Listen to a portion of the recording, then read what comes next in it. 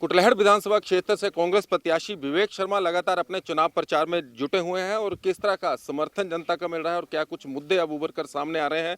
विवेक शर्मा हमारे साथ हैं चुनाव प्रचार में, आइए उनसे जानते हैं।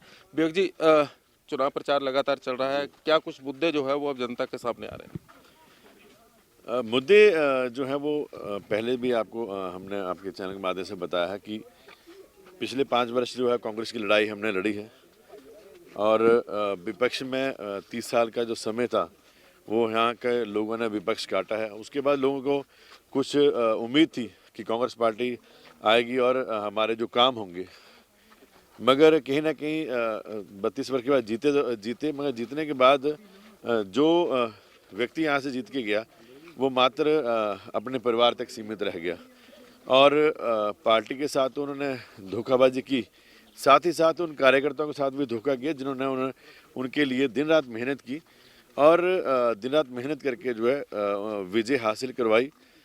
कहीं ना कहीं एक चीज़ अब नज़र आ रही है कि लोगों में जो रोष है इस बात का कि उन्होंने जो मेहनत की और मेहनत करने के बाद जिस तरह से उनके साथ जो धोखा हुआ है, जनता के बीच में उस बात का रोष है और जनता जो है इस बात का बदला लेना चाह रही है। तो लगातार जिस तरह से आप सवाल पूछ रहे हैं पूर्व विधायक से और पूर्व विधायक कह रहे हैं कि जवाब देने को हमारे पास बहुत कुछ है लेकिन वो कुछ बोलना नहीं चाहते हैं। अब नहीं बोलेंगे तो कब बोलेंगे? बोले ना, हम तो बोल रहे हैं कि बोलें, बताएं कि क्या है, कौन सा उनके पास जवाब क्या है। 2-3 दिन पहले मैं जवाब देना नहीं चाह रहा था, एक बात क्यों कह रहे थे कि जी पर्सनल मेरे पर एक एलिगेशन लगा रहे थे, मेरे होटल के बारे में बात कर रहे थे। पहले तो मैं पहले भी कहा कि इनके लोगों को अधूरा ज्ञान होता है। कभी भी कोई काम जब किया जाता है तो उसके लिए एनओसी मिलती है, एनओसी मिलने के बाद काम करते हैं।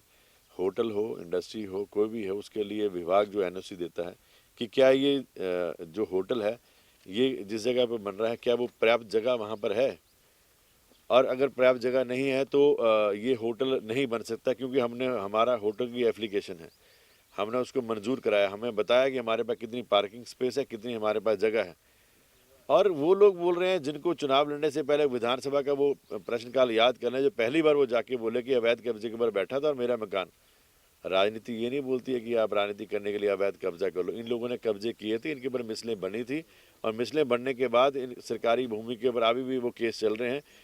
इनकी प्रॉपर्टियों को सरकार के द्वारा गिराया गया और अब ये बात कर रहे हैं कि जी वहाँ पे सरकारी बोलने से कुछ नहीं होता।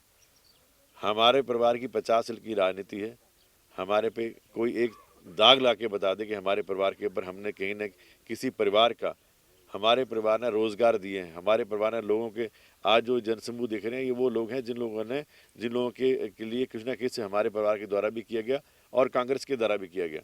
वो लोग इन बातों की इन बातों को समझ सकते हैं। ये लोग माफिया हैं और माफिया से जुड़े हैं। शुरू से ये लोग, इनका बचपन इसी से गुजरा है और ये चीज़ बच्चा जानता है बंगाना से लेकर उसमें कि ये लोग क्या करते थे। तो मैं उन चीज़ों के ऊपर नहीं जानना चाहता कि क्या नहीं है, मगर ये अभी मैं बताऊँगा आपको। मैं फिर आपके चैनल के माध्यम से, हताश परेशान लोग क्या कर रहे हैं, प्रचार में जाकर जो है दुष्प्रचार, पहले भी ये लोग ऐसे करते रहे। झंडा राजनीति चल रही है आजकल, हमारे कार्यकर्ता झंडा लगा के जा रहे हैं, उनके लोग झंडे को उखाड़ रहे हैं। झंडे उखाड़ने से कुछ नहीं होगा और लड़ाई झगड़े का माहौल बनाने की कोशिश कर रहे हैं कि इलेक्शन की जो उसकी रूपरेखा बदलने, ऐसा कुछ नहीं। हमने अपने लोगों को बोला है कि जो मर्जी है ये 10 उखाड़े, आप 20 लगाओ, देखना कब तक ये करते हैं कि कब तक ये उस चीज़ को करते हैं। इससे कुछ नहीं होगा। जनता सब भली भांति जानती है। आज जनता का रुख जो जनता ने मन बना लिया है और जनता अपने मन में जो है वो जनता को पता है कि क्या करना है। आने वाला समय जो है बताएगा कि दूध का दूध पानी का पानी जो सामने होगा। तो ये थे कांग्रेस के प्रत्याशी विवेक शर्मा जिन्होंने कहा कि वो अपनी बात को जनता के बीच रख रहे हैं और जनता का भरपूर समर्थन भी उन्हें मिल रहा है। अमित शर्मा, न्यूज़ 18 ऊना।